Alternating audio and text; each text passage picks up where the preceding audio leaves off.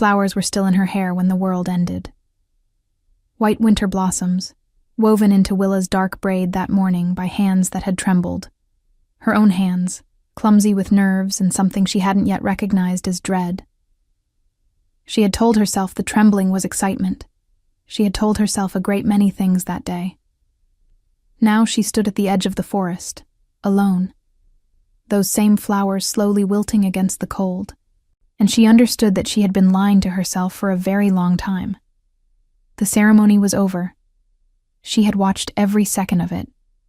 She had stood among the crowd in the great stone courtyard of Ashenvale, the village carved between two mountains, where winters lasted 9 months and people learned early to endure. And she had watched Edmund take Sarah's hand at the altar. Edmund, with his careful smile and his clean jaw and the familiar scent of cedar and smoke that Willa had believed, for 3 years, belonged to her. Sarah, her cousin, in a dress the color of new cream, her golden hair catching the pale winter light like something designed to be looked at. No one had told Willa. That was the thing she kept returning to, even now, even as the cold crept up through the soles of her worn boots and into her bones. No one had pulled her aside, the night before, or the week before, or the month before, and said, "Willa, something has changed." She had received her invitation to the wedding the same as everyone else. She had assumed it was another celebration. Edmund's family held them often. She had braided flowers into her hair. She had walked into the courtyard and seen the altar, and understood in the space of one breath that she was not the bride. Sarah had glanced at her once, across the crowd. A brief look, almost apologetic, before she turned back to Edmund and smiled the way people smile when they have already decided something and simply need the world to confirm it. Willa had not made a sound. She was proud of that, in the hollow, quiet way of someone who has nothing left to be proud of. She had stood through the whole of it, the vows, the blessing of the village elder, the scattering of pine ash over the joined hands. And then, when the crowd began to move toward the feast tables, she had simply walked the other direction, into the forest, into the cold. The trees of the Ashenvale wood were ancient things, their trunks wider than 2 men standing arms outstretched, their bark the deep gray of old iron. Snow sat heavy on every branch. The path Willa followed was not really a path at all, just the absence of undergrowth, a narrow corridor between roots and stone. She did not know how long she walked. Long enough for the sounds of the village to disappear. Long enough for her fingers to go numb inside her thin wool gloves. She stopped when she reached the frozen stream. It cut across the forest floor like a scar, the ice thick and pale blue, the snow piled high on either bank. Willa sat down on a flat rock at the edge of it, not caring that the cold stone pressed through her skirt immediately, not caring about much of anything. She looked at her own reflection in the ice, a dim, distorted version of herself, dark eyes, hollow cheeks, the wilting flowers still ridiculous in her hair. She pulled them out, let them fall onto the snow beside her feet. She was 23 years old. She had given Edmund 3 years. 3 years of quiet faithfulness, of turning down the small attentions of other men, of learning to cook the way his mother cooked and laugh at the particular jokes he liked. She had believed in something, and the thing she had believed in had not existed. And now she was sitting on a frozen rock in the woods while the village feasted without her, and she did not know what to do next. The cold was getting serious now. The light was shifting, that particular gray gold of a winter afternoon already beginning to surrender to dusk. Willa knew she should go back. She had nowhere to go back to exactly.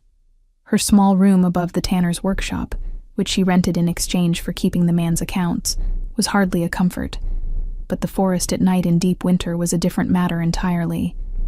Wolves moved through these woods. Not only the ordinary kind. She was standing, brushing snow from her skirt, when she heard it. Not a sound. A stillness. A change in the quality of the air around her, the way sound changes when something very large and very quiet moves nearby. Willa turned slowly. He stood at the tree line, perhaps 20 feet away, and he was watching her. She had seen powerful men before. Ashenvale had its elder, its council, the occasional traveling lord who passed through on the mountain road. But this was different in a way she felt in her chest, before she understood it in her mind.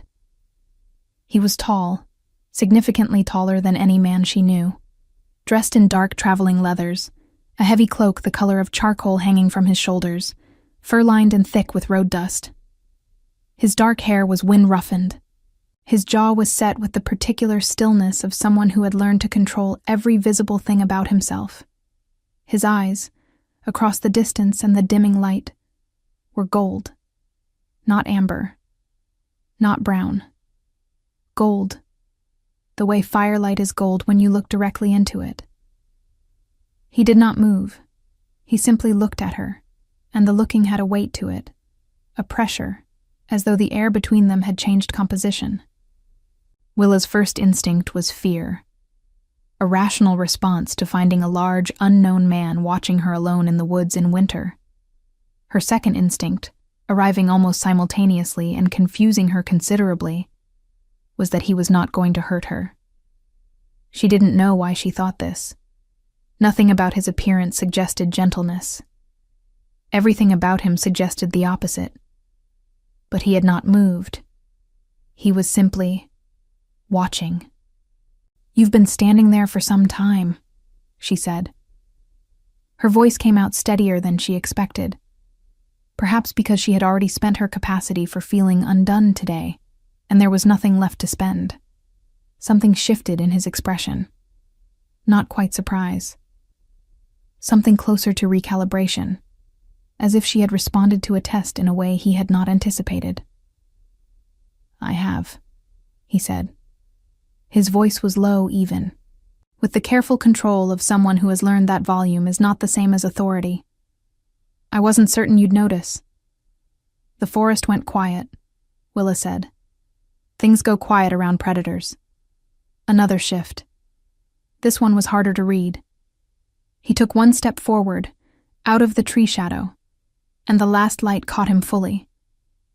And Willa saw that there was blood on his sleeve, dark and dried, and that he was holding his left side with a stillness that was not natural, the controlled stillness of someone managing pain. "You're hurt," she said. "It's old," he said, in the tone of a man who does not discuss such things. "It's bleeding through your cloak," she said, in the tone of a woman who has noticed. He looked down at his side. Something passed over his face. Not embarrassment, exactly, but the shadow of a man who is unaccustomed to being observed accurately. He looked back up at her, and there was the gold of his eyes again, steady and strange. "You should not be in these woods," he said. "Not at this hour." "Nor should you, apparently," Willa said, nodding toward his side. The silence between them stretched. Snow fell in the last gray light, soft and indifferent. Somewhere deep in the trees, something moved.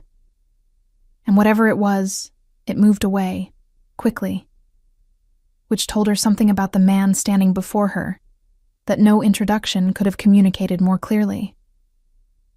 "What is your name?" he asked. She considered not answering. Then she thought about the empty feast and the wilted flowers and Edmund's careful smile at the altar, and she decided she had no patience left for performing caution. "Willa," she said, "what is yours?" He looked at her for a long moment, as though the question was one he was deciding how to answer, rather than simply answering. "Leander," he said. No title, no explanation, just the name, offered the same way she had offered hers, plain, without ornament. Willa picked up her shawl from where it had slipped off the rock, wrapped it around her shoulders. She looked at the blood on his cloak, at the controlled way he held himself, at the gold eyes that had not left her face since the moment she'd turned around. "There's a healer on the eastern edge of Ashen Vale," she said. "If you follow the stream south, you'll reach the road. Third house past the mill." She turned to walk back the way she had come. "You have flowers," he said behind her. "In your hair still." Willa's steps slowed. She reached up and found one small blossom she had missed, still caught in a loose strand near her temple. She pulled it free, held it for a moment. That small cold thing, that small ruined thing. Then she let it fall and kept walking. She did not look back, but she felt his gaze on her shoulders all the way, until the trees swallowed her. A warmth that had no right to exist in the middle of a winter, that had already taken everything from her. Willa did not sleep that night. She lay on the narrow cot in her room above the tanner's workshop, listening to the distant sounds of the wedding feast. Laughter carried on wind, the low thrum of a fiddle, boots on frozen ground. The smell of cured hide and oak bark filled the small space, familiar enough that she usually didn't notice it anymore. Tonight she noticed everything. The rough wool of her blanket, the single candle burning low on the windowsill, the way the cold pressed against the shutters like something patient and persistent, looking for a way in. She thought about Edmund exactly once, and then she made a deliberate choice not to think about him again. Not because the hurt wasn't there. It was, a dull, deep bruise behind her sternum. But because she recognized, in the quiet clarity that sometimes follows devastation, that grieving Edmund would mean pretending she had lost something real. And the more she examined the last 3 years, the more she understood that what she had lost was not a man, but an idea, a direction, a future she had arranged in her mind without ever truly questioning whether it was the future she wanted. She thought about Leander considerably more than once. This bothered her. He was a stranger, an injured stranger who had been watching her in the woods, which, in ordinary circumstances, would be alarming rather than interesting. She could not account for the steadiness she had felt in his presence, that sense, irrational and stubborn, that whatever danger existed in the world, it was not coming from him. She turned the brief conversation over in her mind like a stone, examining its edges. "You have flowers in your hair still." He had said it without cruelty, without mockery, simply an observation, offered gently, as though he understood what the flowers meant and knew better than to say so directly. She told herself she was only thinking about him because he was the only interesting thing that had happened in an otherwise catastrophic day. She almost believed it. Morning came gray and heavy, the sky the color of unpolished pewter, the kind of sky that meant more snow before midday. Willa dressed in her warmest things, a dark wool dress, thick stockings, the boots she'd resoled herself with scraps from the workshop below, and went down to begin the day's accounts before the tanner arrived. She was halfway through the ledger when she heard voices below the workshop window. 2 of the village women, passing on the lane. Willa recognized both. Marta, the miller's wife, broad and generous, and constitutionally incapable of keeping information to herself, and the younger one, Dina, who worked at the inn. "Came in last night," Dina says. "Took the private room without blinking at the price. Alone?" "Alone. But she says his horse—" Marta's voice dropped to the register she used for things she considered significant. "His horse had the king's mark on the saddlecloth, the black wolf, silver thread." She saw it herself. A pause. The crunch of boots on frozen snow. "The Alpha King's men don't come to Ashenvale," the younger voice said. "Not his men," Marta said. "Her. She says it was him, the king himself, traveling without court, without guard. Just a cloak and a horse and blood on his sleeve," she said. Dina near fainted when she saw it. Their voices faded as they moved down the lane. Willa sat very still with the ledger open in her lap. The Alpha King. She knew the name the way everyone in the mountain villages knew it. Not personally, not closely, but as a fact of the world, like weather or stone. Leander of the Northern Pax, who had united 7 fractured territories in 6 years through a combination of methods that the stories described differently, depending on who was telling them. Some said ruthlessness. Some said brilliance. Some said he possessed gifts beyond ordinary wolves, sight that extended beyond the physical, a bond sense so acute he could feel the emotional state of every wolf in his territory like a chord of music. The stories agreed on one thing. He was not a man to be underestimated, and he was not a man who went anywhere without reason. What reason brought him to Ashenvale?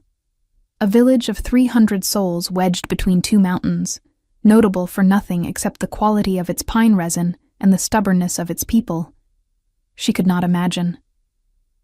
She closed the ledger, opened it again, stared at a column of numbers that suddenly meant very little.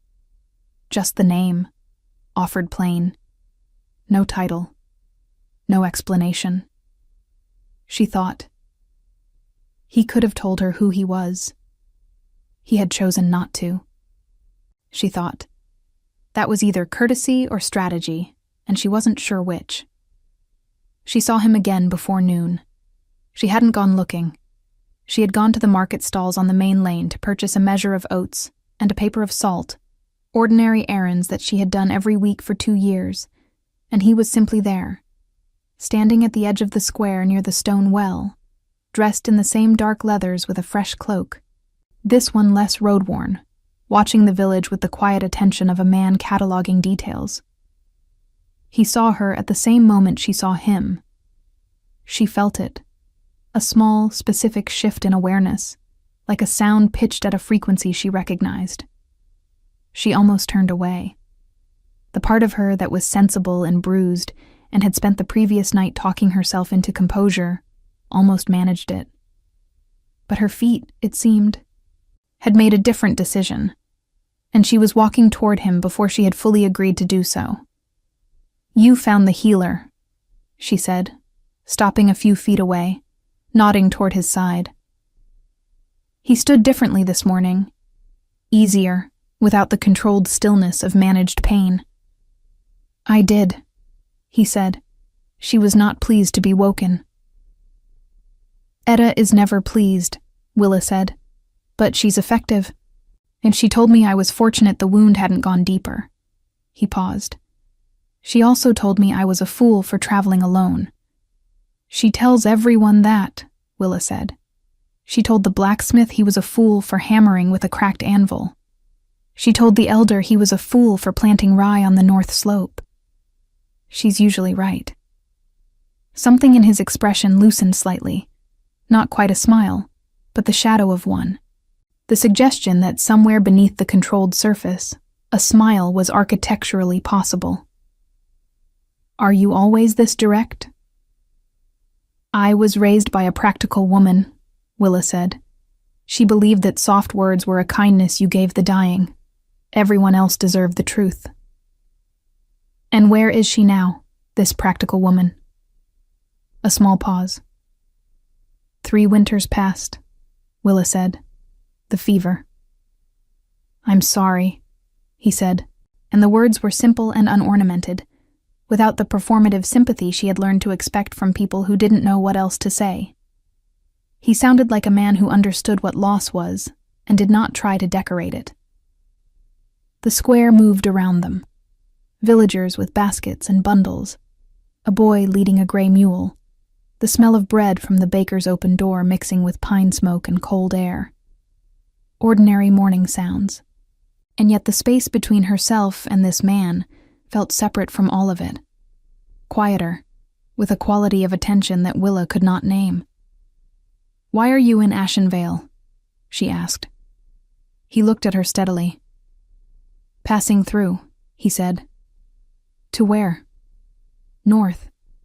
"There's nothing north of here except the Greymore Pass," she said, "and the pass has been closed since the first snow." He said nothing.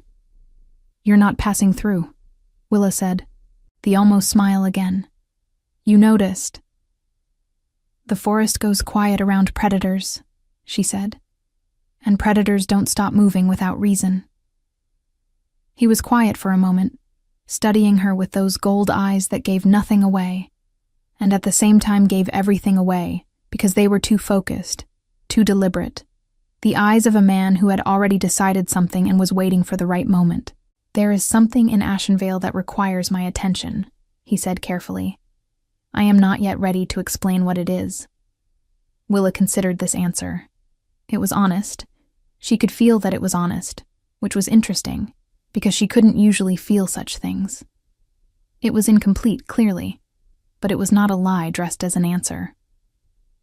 "All right," she said. He blinked. "All right?" "You're not obligated to explain yourself to me," she said. "I'm nobody in particular." She picked up her basket and turned to continue toward the market stalls. Behind her, she heard him say, quiet, almost too quiet to catch, something that sounded less like a statement and more like a correction spoken to himself. "That," he said softly, "is not true." Willa kept walking, but for the second time in 2 days, she felt his gaze follow her long after she had turned away. And for the second time, it felt less like being watched and more like being found. Across the square, half hidden in the shadow of the inn's doorway, a figure in a dark coat observed the entire exchange. Older, sharp-eyed, with the kind of stillness that didn't come from calm, but from calculation. He watched the Alpha King's gaze follow the dark-haired woman through the market, and his expression, unobserved, shifted into something cold and quietly interested. The name of the man in the doorway was Crest. Willa had known him her whole life, the way you know furniture in a room you've lived in too long. Not with affection, but with the dull familiarity of something always present. He was her uncle by her mother's sister's marriage, which made him almost family, and actually nothing. He managed the village council's accounts, wore the same dark coat in every season, and had a way of appearing at the edges of conversations he had not been invited to join. She had never trusted him without knowing exactly why. She knew why, now. It came back to her that afternoon, while she was restacking the tanner's supply shelves. One of those memories that sits quietly in the back of the mind for years, until something disturbs the water, and it rises, whole and cold, to the surface. She had been perhaps 14, her mother still alive and sharp-eyed, and she had come home to find Crest sitting at their table with a document she hadn't been allowed to read. Her mother had sent her outside immediately, which was unusual enough that Willa had pressed her ear to the gap in the shutters. She had heard very little. Only fragments. Her mother's voice, low and controlled. "She doesn't know, and she won't." And Crest's voice, the one he used when he wanted something. "That may not be your choice to make, Helene." Her mother had died before Willa thought to ask about it. And grief had a way of pressing other things flat. Now, sorting dried pine resin into clay jars by lamplight, Willa found herself wondering what it was her mother had not wanted her to know, and whether Crest, standing in the shadow of the inn doorway watching a king speak to her niece, had something to do with the answer. The snow came that evening, as promised by the sky.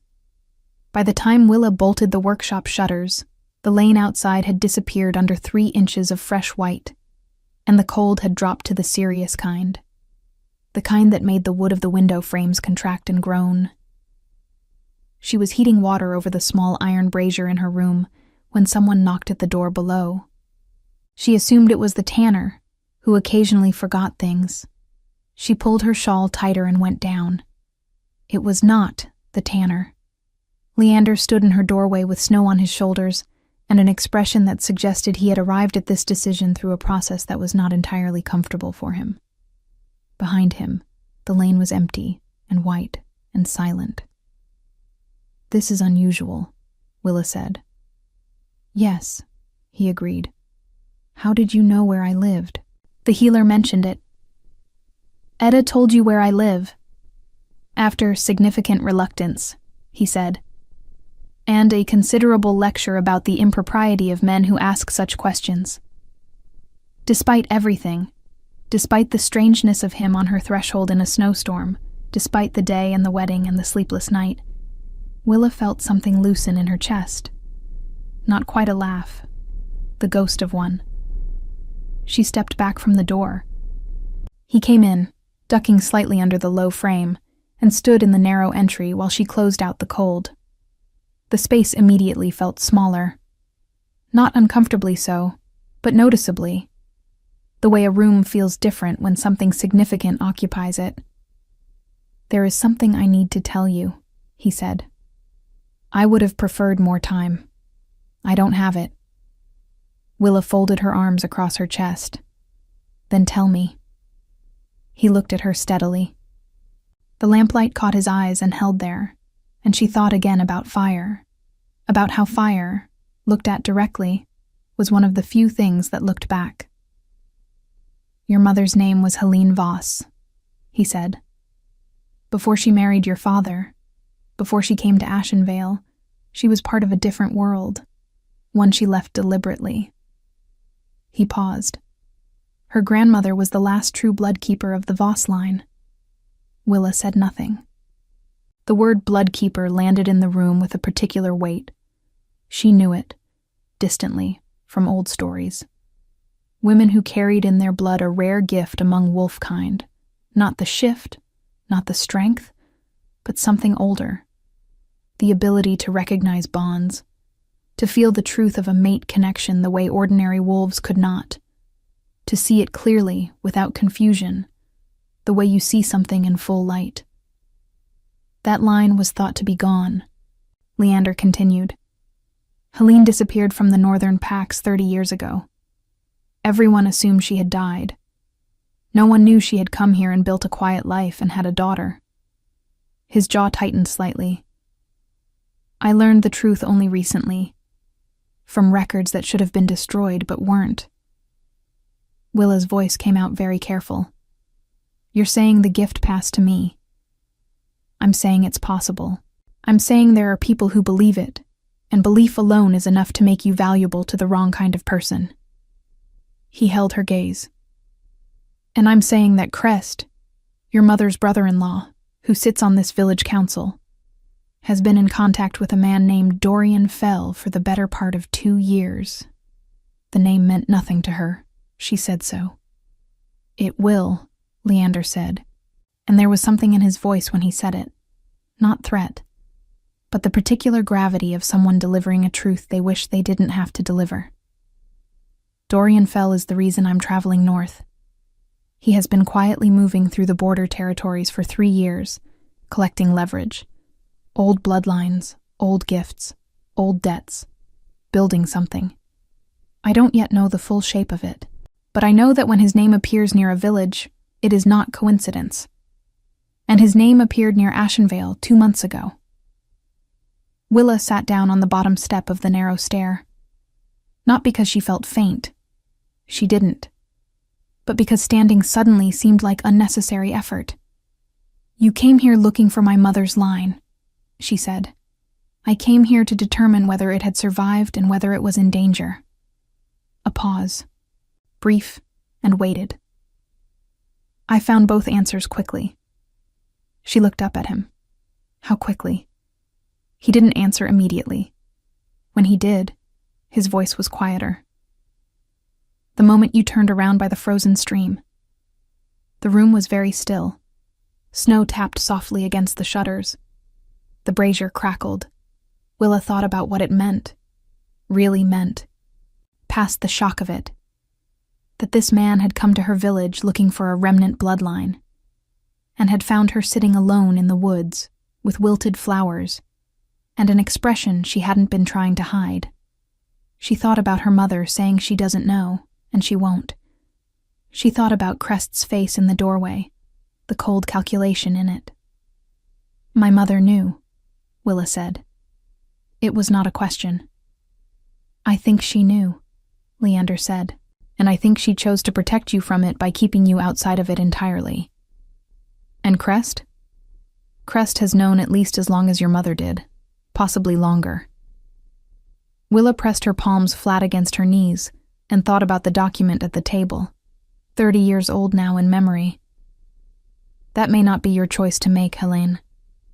He had known. All these years he had known what she was, and he had said nothing.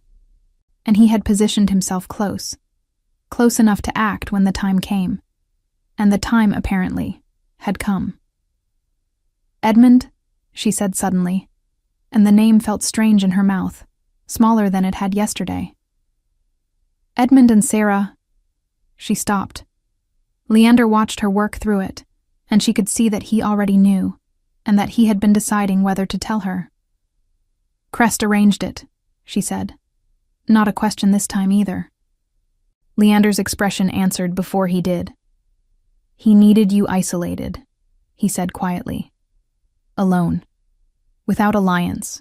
Without someone who might protect you or complicate access to you. Edmund was receptive to arrangements when the right pressure was applied. The hurt was still there. She wasn't going to pretend it wasn't. But it changed shape in the space of that moment, became something smaller and more manageable. Because a hurt that comes from someone else's cowardice is different from a hurt that comes from your own foolishness. Edmund had not stopped loving her. Edmund had been afraid of something larger than love. She understood that. She didn't forgive it. But she understood it. "What happens now?" she asked. Leander crouched down, bringing himself to her eye level in a gesture that felt deliberate, chosen, not careless. Closer than he had been before. Close enough that she could see the texture of old scars at his jaw and the absolute steadiness in his gold eyes. "Now," he said, "I would like your permission to keep you safe. Not because of what your blood may carry, because you are in danger, and I am capable of addressing that, and because—" He stopped. Something moved across his face, unguarded and quickly controlled. "Because I would like to." Willa looked at him for a long moment. "You should know," she said, "that I am not easy to manage." "I know," he said. And this time, the almost smile became a real one, brief, quiet, and entirely genuine. "I'm counting on it." Outside, the snow continued to fall. And somewhere on the far side of the village, a dark-coated figure stood at a frost-covered window, watching the lamplight burn in the room above the tanner's workshop, and sent a carefully worded message north on the fastest horse available. The message Crest sent north came back with an answer in 3 days. Willa didn't know this yet. She was learning other things. Leander had not left after that night in the narrow entry. Not immediately, and not quietly. By the following morning, 2 of his people had arrived in Ashenvale. A woman named Sable, compact and watchful, with close-cropped dark hair and the kind of economy of movement that spoke of someone trained to be ready at all times, and a man called Rook, broad-shouldered and slow to speak, who had the specific patience of someone who had learned that most situations resolved themselves if you waited long enough. They took rooms at the inn without explanation, and their presence settled over the village like a low change in weather, noticeable, not yet alarming. Sable, Willa discovered quickly, did not like her. This was communicated not through rudeness, but through the particular precision of someone withholding warmth as a deliberate position. She spoke to Willa when necessary, answered questions with the minimum number of words required, and had a way of placing herself between Willa and Leander in conversation that was probably unconscious, and probably wasn't. On the second morning, while Leander was speaking with Rook near the well, Willa set down her market basket and looked at Sable directly. "You think this is a mistake," Willa said. Sable returned the look without flinching. "I think," she said carefully, "that the king has made decisions in the last 4 days that he would not have made 2 weeks ago. And I think change that happens quickly in a man who does not change quickly is worth paying attention to." "You're protecting him," Willa said. "I'm always protecting him. From me." Sable was quiet for a moment. Then something shifted in her expression. Not softening exactly, but an adjustment. A small recalibration. "From anything that could be used against him," she said. "He has enemies who are skilled at finding the things he cares about and applying pressure there." She paused. "He hasn't cared about anything outside of duty for a long time. that made him very difficult to threaten. Another pause, waited. It no longer does. Willa absorbed this. She thought about what it meant, to be cared about by someone like Leander, to be the soft place in an otherwise unassailable person. She wasn't sure if the thought frightened her or moved her. Possibly both. "I'm not a threat to him," she said. "No," Sable agreed, and the word carried a complexity that suggested the sentence continued beyond what she was willing to say aloud. On the third day, Leander took her to the edge of the Ashenvale Wood in the early afternoon, when the light was at its best, pale gold and thin, casting long blue shadows across the snow. He had asked if she would walk with him, and she had said yes before thinking too carefully about it, which was becoming a pattern she noticed without yet deciding to change. He told her more about her mother's line as they walked, not in the manner of a lecture, but in the manner of someone returning something that had been wrongly taken, carefully, with attention to how it was received. The Voss bloodkeepers had served the northern packs for generations, he explained, not as leaders or warriors, but as something rarer, anchors.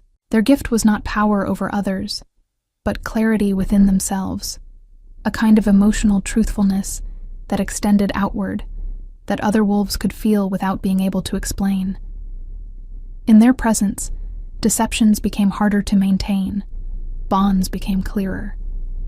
The truth of a thing rose to the surface the way cream rises. It was not magic, exactly. It was more like precision of perception, passed through blood. "Your mother would have felt things others missed," Leander said. "Read a room without knowing she was reading it, known when someone was lying before they finished the sentence." Willa walked in silence for a moment. "I always thought that was just paying attention," she said. "It is," he said. "Paying attention at a depth most people can't reach." She thought about Edmund, and about how some part of her had known, not the fact of Syrah, but the shape of something wrong, for months before the wedding. She had told herself she was inventing it. She had told herself she was anxious and insecure and reading too much into small silences. "My mother never told me," she said. "She wanted you free of it," Leander said. There was no judgment in his voice. "It's a defensible choice. The gift makes you visible to people who collect such things. She chose your safety over your knowledge. She chose for me," Willa said, and the words came out with an edge she hadn't planned. "Yes," he said simply, and didn't try to soften it. She appreciated that. She appreciated it more than she had words for. They had stopped near the frozen stream where they had first spoken. She hadn't directed them there consciously, but the path had come this way, and she hadn't redirected it. The ice was the same pale blue, the snow the same patient white. It looked the same as it had 4 days ago, and she was considerably different. "You knew," she said, looking at the ice. "When you saw me here the first time, you knew what I was." "I recognized the bloodline signature," he said. "It's distinct if you know what to feel for. But I didn't know you." He was quiet for a moment. "Those are different things. And now?" He stood beside her, looking at the frozen water, close enough that the warmth of him was perceptible through the cold air. "Now I know that you use practicality as armor," he said, "and that your armor is very good, and that underneath it you feel things more accurately than almost anyone I have ever met." He paused. "And I know that someone broke something in you 4 days ago, and that you are not going to let it show, but it's there." Willa's jaw tightened. "Don't," she said quietly. "I'm not asking you to show it," he said. "I'm telling you I see it. Those are different things, too." The wind moved through the pines above them, knocking loose a soft cascade of snow that fell in silence around their feet. Willa stared at the stream and thought about being seen. about what it meant to be looked at by someone who was not looking for a reflection of themselves, or a convenient shape, or a bloodline, but simply looking at her, at Willa, at the actual person standing on the frozen bank. It was terrifying. She understood, in that moment, why her mother had run. She also understood that running had its limits. "Dorian fell," she said, redirecting herself back to solid ground. "Tell me more about him." Leander accepted the change without comment. "He was Northern Pack nobility 20 years ago," he said. "Ambitious in the way that tips into something darker when it's disappointed often enough. He wanted a seat at the council that governs the Pack territories. He was refused, more than once, because his methods were questionable. He disappeared from formal record about 12 years ago." His voice cooled slightly, the tone of a man recounting something that had cost him. "He reappeared 3 years ago, collecting. Old bloodlines, old artifacts, people with rare gifts, building leverage, as I said. But I've been receiving reports from the border territories of something more structured than simple collection. He is building a claim." "A claim to what?" "To the Northern Territories," Leander said. "If he can demonstrate control over bloodlines old enough and rare enough, certain ancient Pack laws would recognize his right to challenge. It's an obscure path to power, rarely used because the pieces are almost impossible to assemble." He looked at her. Almost. Willa understood. She was a piece. The last piece, perhaps. Or a significant one. The Voss Bloodkeeper line, which everyone had believed extinguished, suddenly alive and findable, and currently standing in an unguarded mountain village, with no Pack affiliation and no protection. "How long do we have?" she asked. "Crest sent a message 3 days ago," Leander said. "We have perhaps 2 days before whoever receives it can act." Willa turned to look at him fully. "You knew about the message." "Rook intercepted a copy," he said. "I didn't want to tell you before I'd told you the rest. I didn't want the urgency to become the story." She held his gaze. "And what is the story?" "The story," he said, "is that you are not what happened to you 4 days ago at that altar. You are not what Crest made you think you were. Isolated and unimportant. You are not a piece to be collected." His voice was even, but beneath the evenness, she heard something she was learning to recognize. The specific weight of words from a man who chose them carefully and meant them precisely. "And whatever comes next, I will not allow you to face it without every advantage I am capable of providing." Willa looked at him for a long moment. At the gold eyes, steady as always. At the scar along his jaw. At the man who had given her his name without his title, and crouched to her eye level in her narrow hallway and said, "Because I would like to, as though it were the most natural reason in the world." 2 days, she said. 2 days, he confirmed. She turned back toward the village. "Then we shouldn't waste them." They walked back through the snow together, their footprints parallel in the white, and neither of them spoke, and the silence was not empty but full. The particular fullness of 2 people who have said something important and are still feeling the shape of it settle into place. Behind them, the frozen stream caught the last afternoon light and held it, briefly, before the clouds moved in, and the gray returned and the forest went still again, waiting. The first sign came before dawn. Willa woke to the smell of something wrong. Not smoke, not blood, but a particular sharpness in the air, metallic and cold, like iron left too long in rain. She had grown up in Ashenvale, and knew its smells the way she knew the sound of her own heartbeat. This wasn't one of them.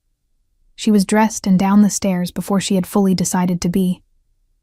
The lane outside was empty and pre-dawn dark, the snow still and unmarked except for a single set of boot prints leading from the direction of the inn, fresh ones. She followed them with her eyes, and found Sable standing 10 feet away in the shadow of the workshop's overhang, already watching the far end of the lane with the focused stillness of someone who has been awake for hours. "You felt it," Sable said. not a question. "Something's wrong," Willa said. Sable looked at her. A different look than any she had given before. Not the careful withholding. Something closer to reluctant reassessment. "3 men came through the North Pass last night," she said. "Rook tracked them to the edge of the village. They're not traveling merchants. Fell's men, almost certainly." Sable's jaw tightened. "The pass has been closed since first snow. For men to come through it anyway means they were motivated enough to risk it, or desperate enough. Either way." She paused. "They're here earlier than we expected." "Where is Leander?" "Speaking with Rook. He'll want to know you're awake." She said it without her previous edge, and Willa understood that something had shifted between them. Not friendship, not yet, but the beginning of a mutual recognition. 2 people who were both, in their different ways, trying to protect the same thing. "Go tell him," Willa said. "I'll stay visible. If they're watching the village, a change in routine will alert them." Sable studied her for a moment. Then she nodded, once, and moved into the dark, like she'd been made from it. Leander found her 20 minutes later at the market well, drawing water in the ordinary way of a woman beginning her ordinary day. The sky just beginning to lighten at its eastern edge to the deep blue that preceded dawn in the mountains. He came without urgency in his step, which she had learned meant the urgency was internal, contained and managed, not absent.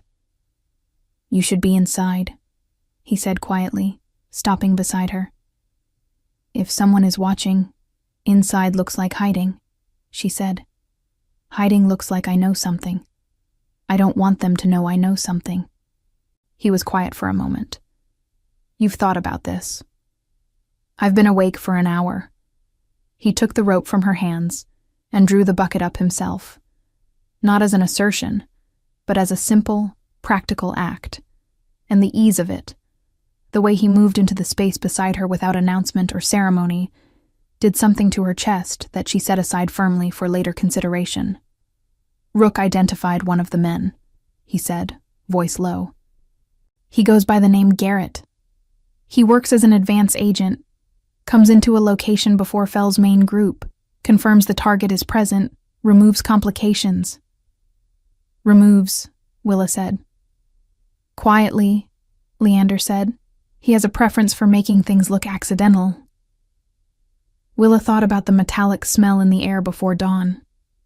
She thought about her mother's grave on the hill above the village, 3 winters old, and wondered, with a cold clarity that surprised her, whether Helene Voss had truly died of a fever. She must have gone very still, because Leander set the water bucket down and turned to face her. "What is it?" he asked. She told him what she was thinking. She said it plainly, without drama, because it was the kind of thought that became more bearable when spoken plainly. He listened without interrupting. His expression did not change, but his eyes did. A subtle deepening, the gold going darker at the center, the way firelight changes when the fire strengthens. "I don't know," he said honestly. "It's possible. Fell has been operating for 12 years. Your mother died 9 years ago." He paused. "I'm sorry. I don't know, and I won't tell you I do." She nodded, set it aside. There was a time for grief, and it was not while Garrett and his associates were somewhere in Ashen Vale removing complications. "What do we do?" she asked. "We draw them into the open," he said. "On our terms, not theirs, in a space we control." He looked at her steadily. "And I need to tell you something before we do. Something I should have told you sooner." She waited. "The bond recognition the Voss line carries," he said carefully. "It works in 2 directions. A bloodkeeper can see the truth of a bond in others. But they can also, if the bond is real and present and close, feel it in themselves."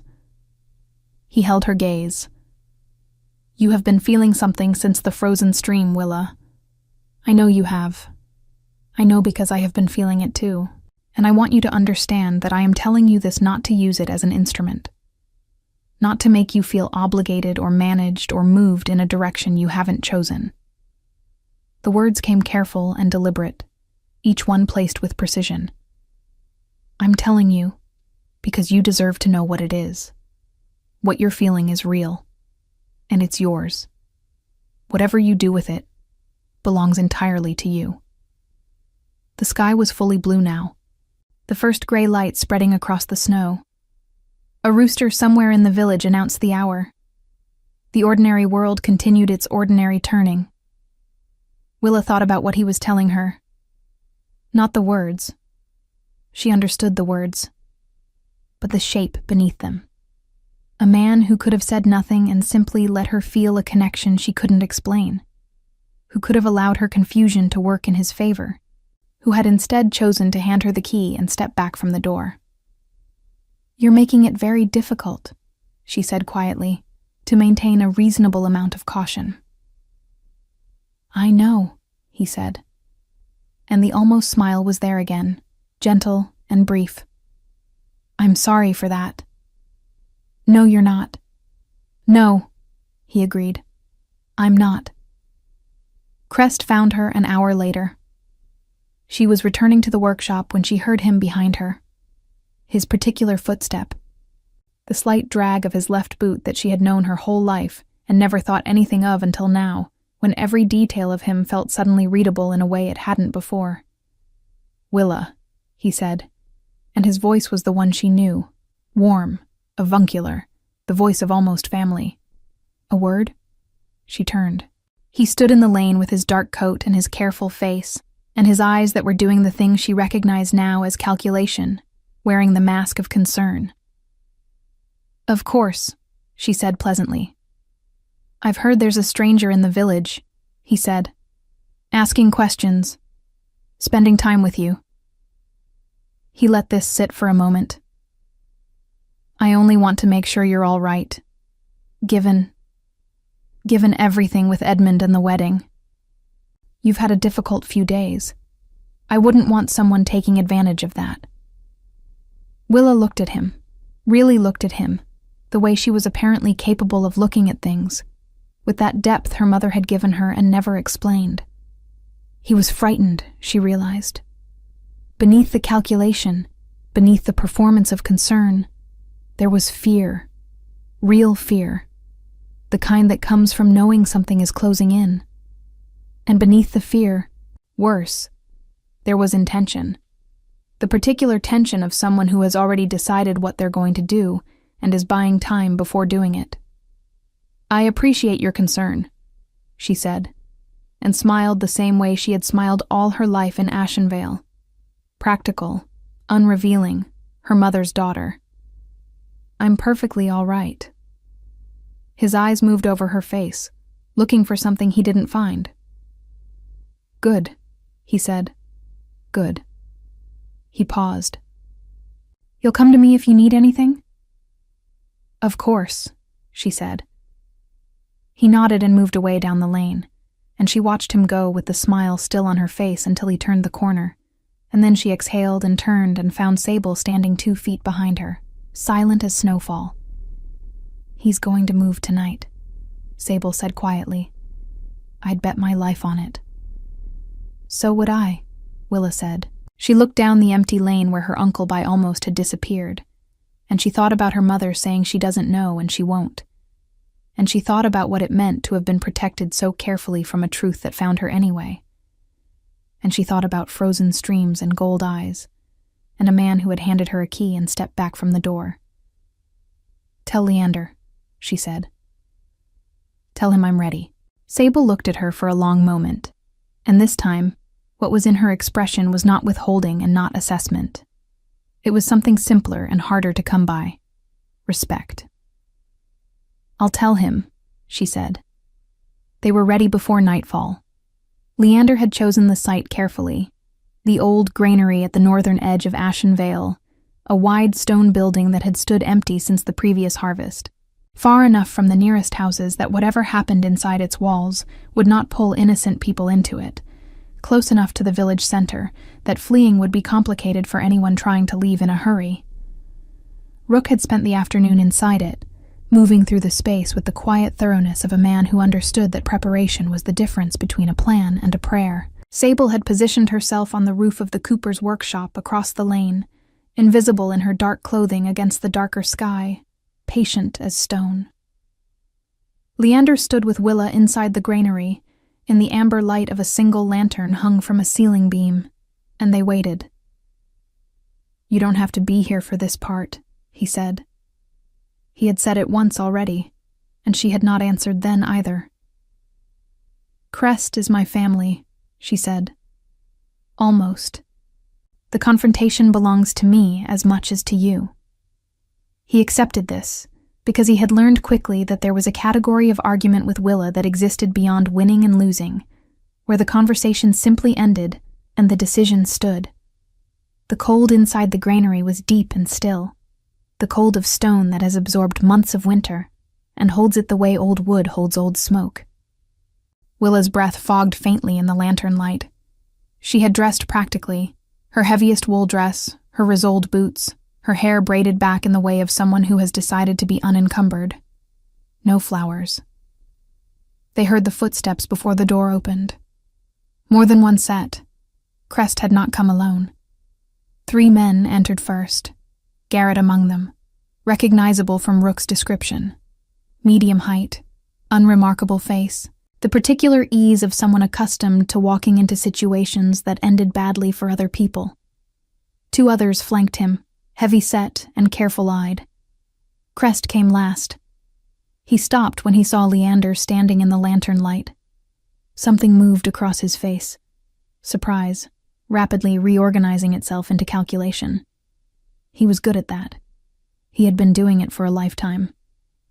"I wondered if you knew," Crest said. His voice was still the warm, avuncular one, performing reasonableness at force of habit. "How much?" "Enough," Leander said. Crest's eyes moved to Willa, and there, beneath the calculation, clearly visible to her now in a way it hadn't been before, the way all things were becoming visible with a clarity she was still learning to trust, was something that might have been regret if it hadn't been so thoroughly overruled by everything else. "Your mother asked me to look after you," Crest said to her. "I want you to know that. Whatever else, that part was real." "And then Fell found you," Willa said, "and looking after me became something different." A pause. He didn't deny it. "He has resources I needed, debts I couldn't pay any other way." He spread his hands, a gesture she recognized from council meetings, the gesture of a man presenting an argument he knows is insufficient. "I tried to keep you out of it as long as I could. The business with Edmund. I needed you. Isolated," she said. "Yes," Leander explained. Something hardened in Crest's face at that. The performance of reasonableness dropped a degree. "You don't understand what Fell is building," he said. And now the voice was different. Lower, tighter, the voice beneath the voice. "He'll have the Northern Territories within 2 years regardless of what you do here tonight. He has the pieces. All he needs is the Bloodkeeper confirmation, and the challenge is legitimate under pack law. If you're standing with him when he makes it, you'll be protected. If you're standing against him..." He let the sentence end where it ended. "You came here to collect me," Willa said. "I came here to offer you a choice." "That's not a choice," she said. "That's a direction with consequences attached." Leander had not moved or spoken during this exchange. He had the quality, she had noticed, of occupying space in a way that didn't require assertion. His presence simply registered, the way temperature registers, and the 3 men near the door had been very aware of it since the moment they walked in. Garrett had not moved toward anything. His companions had not moved at all. Now Leander spoke, and his voice was the even, quiet one that was not quiet at all. "Dorian Fell has been detained," he said. The room changed. Crest's face went very still. "That's not possible," he said carefully. "He's in the north." He was in the north, Leander said. My people reached him 4 days ago. I received confirmation this morning. He held Crest's gaze with the particular steadiness of someone who has no need to perform certainty, because the certainty is simply true. The claim he was building has no foundation without the bloodline pieces he collected, and those pieces are being returned to their families. The challenge he planned cannot be made. It's done. The silence that followed was the specific silence of a structure collapsing. Not loudly, but comprehensively. Garrett moved, as Willa had expected he would. Not toward Leander. Even Garrett's particular brand of practical courage had limits. But toward the door, the instinct of a man whose employer has just ceased to be relevant. He made it 2 steps before Rook appeared from the shadows in the corner of the granary where he had been standing still as a support beam for the better part of an hour, and Garrett stopped. The 2 others stopped also. Crest did not move. He stood in the lantern light, with his dark coat and his careful face, and the look of a man watching the architecture of 10 years of work come apart in a single conversation. He looked older suddenly, not villainous. She had expected to see something colder when it came to this, something she could hate cleanly. But old and tired and afraid. The way people look when the thing they built their safety on turns out to have been sand. Willa looked at him.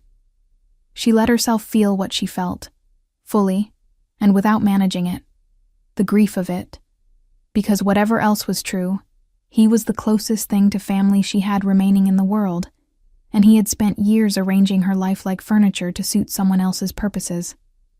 The anger. The dim, complicated sorrow for her mother, who had trusted him with the secret of her daughter's nature, and had been failed by that trust. My mother asked you to look after me, Willa said quietly. You said that. Whatever else, that part was real. Yes, Crest said. Then do one thing she would have wanted, Willa said. Tell me the truth, all of it, from the beginning. He looked at her for a long moment, and then, in the amber light of the single lantern, with the snow falling soft and silent outside the granary walls, the old man in the dark coat sat down on a wooden crate and began to talk. He talked for a long time. Willa listened to all of it.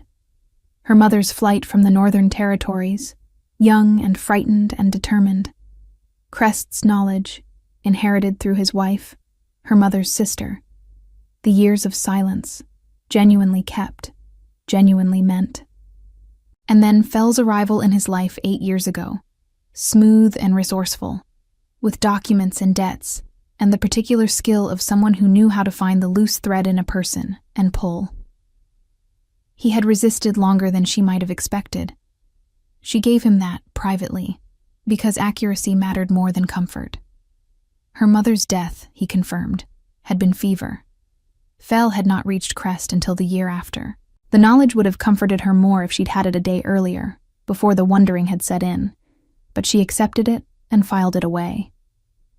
When he finished, the granary was colder, and the lantern had burned lower, and Garrett and his companions had been relieved of their weapons and were sitting in the far corner being watched with calm competence by Rook. Willa stood up. She looked at Crest. I won't pretend this is something it isn't, she said. You made choices. They had consequences. She paused. But I also know that the council will deal with you, and Leander's people will deal with Fell's network, and I don't need to be the one who decides what happens next. That's not mine to carry. She walked to the granary door, then she stopped and turned back. My mother built a quiet life, she said. She built it out of fear, which I understand now. I won't build mine out of fear. She held his gaze one last moment. That's the difference between us. She pushed open the door and walked out into the snow. The night was deep and clear, the clouds that had covered the sky for days finally broken apart, the stars visible and sharp in the cold. Willa stood in the lane outside the granary and breathed the mountain air, pine and frost and the clean smell of fresh snow, and felt the night settle around her. Leander came out a moment later. He stood beside her and looked up at the same sky she was looking at. "It's over," he said. "Yes," she said. They stood in silence for a while. Not the silence of things unfinished, but the silence of a long breath finally released. "You should know," Leander said eventually, "that there is no obligation. Whatever you have felt, whatever the bond has made present, your life is your own. I am not a man who collects things, Willa. I'm not Fell." He looked at her. "If you want to stay in Ashenvale and live quietly and have nothing to do with northern packs or bloodlines or kings, I will make sure you are protected, and I will respect that choice, and I will not ask anything of you." Willa looked at the stars for a moment longer. "And if I don't want to stay in Ashenvale?" she asked. The stillness beside her changed quality. "Then I would like very much," he said carefully, "to show you what the world looks like from the north." She turned to look at him, at the gold eyes and the scar, and the man who had come to a small mountain village on a matter of duty, and had crouched to her eye level in a narrow hallway, and offered something that had nothing to do with duty at all. "I've never been north," she said. "I know," he said. "I have very little to pack." "I know that too." She held his gaze. "I'm not easy to manage." "Willa," he said, and his voice held something she recognized now without needing to question it. Warm and certain and entirely genuine. "I know." She left Ashenvale 2 days later, in the early morning, when the light was new and pale gold and the mountains stood blue and enormous against a clear sky. She carried one bag, her mother's old traveling bag, worn leather with a brass clasp, which she had found in a trunk beneath her cot and had not opened until the night before, when she had found inside it a folded letter in her mother's handwriting that began, "My darling Willa, if you are reading this, then the world has found you, as I always feared it would, and I hope you are braver than I was, which I believe you are." She had read the letter 3 times. She had folded it and put it in the bag, and carried it with her. Sable waited with the horses at the edge of the village. Their breath made clouds in the cold air, patient and steady. Rook was already mounted, looking at the mountain road with the expression of a man who is comfortable going anywhere. Sable caught Willa's eye when she approached and gave her a nod. Small, deliberate, meaning considerably more than its size suggested. Willa nodded back. Leander helped her mount without ceremony, his hand at her elbow for a brief moment, warm through her wool sleeve. Then he swung onto his own horse, and they turned north, toward the pass, toward whatever came after the story you have told yourself your whole life about who you are and what you're worth. Willa did not look back at Ashenvale. Not because she didn't care, but because she had already said her goodbyes. To the tanner's workshop, to the frozen stream, to the small grave on the hill where Helene Voss slept 3 winters deep in mountain earth. She had said them quietly and privately, the way her mother would have, practical and true. She rode north with the mountain wind in her face, and her mother's bag on her back, and a letter she had already memorized, pressed close to her heart. Epilogue. Spring came late to the northern territories, as it always did, reluctant and gray at first, testing, before committing to warmth. When it came completely, the snowmelt rushing down from the high ridges and bright cold streams, the pine forest filling with the sound of water and birdsong, and the particular smell of earth that has been frozen a long time finally opening. Willa stood at the window of the north tower of Leander's keep. Her window now, by choice and by the slow, unforced accumulation of months, and watched the valley below wake from winter. She was learning the northern territories the way she had learned the tanner's accounts. Methodically, with attention to detail, finding satisfaction in understanding a complex thing. The packs that had seemed distant and political and abstract had become, gradually, people, with histories and loyalties and grievances and extraordinary capacity for stubborn tradition, all of which she was slowly learning to navigate. She was good at it, it turned out. Better than she expected. The depth of perception her blood carried, which she was still learning, still discovering the edges of, made her effective in ways that surprised the Pack Council, and did not, she had noticed, surprise Leander at all. Sable had become something she hadn't expected either. Not a friend, exactly. They were too different for easy friendship. But something perhaps more durable. An ally with a shared language. Two practical women in a world that sometimes forgot practical women were paying attention. Crest had been dealt with by the village council of Ashenvale, as she had said he would be. He had lost his position and was living quietly in the village under certain conditions of restriction. She had received this information in a letter from old Etta, the healer, who had taken it upon herself to write monthly dispatches that were approximately 40% medical opinion, 30% village gossip, and 30% unsolicited advice addressed directly to Willa's life choices. She looked forward to them considerably. Fell's network had taken months to fully dismantle. Some of the collected bloodlines had been returned to their families, as Leander had said. Others required more complicated resolutions. Willa had been part of several of those conversations, sitting at the council table with the Northern Pack representatives, offering perspectives that cut through the layers of political performance to the human truth underneath. It was useful. It was also exhausting in the way that caring about things is always exhausting, and she had told Leander so, and he had listened the way he always listened, completely, without planning his response while she was still speaking, and had then taken her walking in the forest outside the keep until she felt like herself again. He was good at knowing when she needed that. She was good at knowing when he needed the silence of someone simply being present without asking him to perform. They were, she had decided, well matched in the ways that mattered, and interestingly mismatched in the ways that kept things from being dull. She heard his step on the tower stairs now.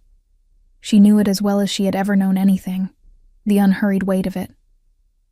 And then he was in the doorway, and the room felt different in the particular way it always did. "The valley looks like itself again," she said, without turning. "It does," he said, coming to stand beside her at the window. Below them, the first green was pushing up through the valley floor, pale and determined. "How are you?" It was a question he asked genuinely, which she had learned to answer genuinely. "Settled," she said, and considered the word as she said it. It was the right word. Not the settled of resignation. The settled of something that has found its level, that has stopped searching for where it belongs because it has arrived. "I feel settled." He looked at her with the gold eyes that she no longer found unnerving and still found remarkable. "Good," he said. And the word was simple and unornamented and meant everything he didn't add to it. Willa looked out at the green valley and the bright cold streams and the sky clearing slowly to blue above the pine ridges. She thought about her mother's letter, "Braver than I was, which I believe you are," and thought that perhaps bravery was not the right word for what had happened. Bravery suggested a choice made despite fear.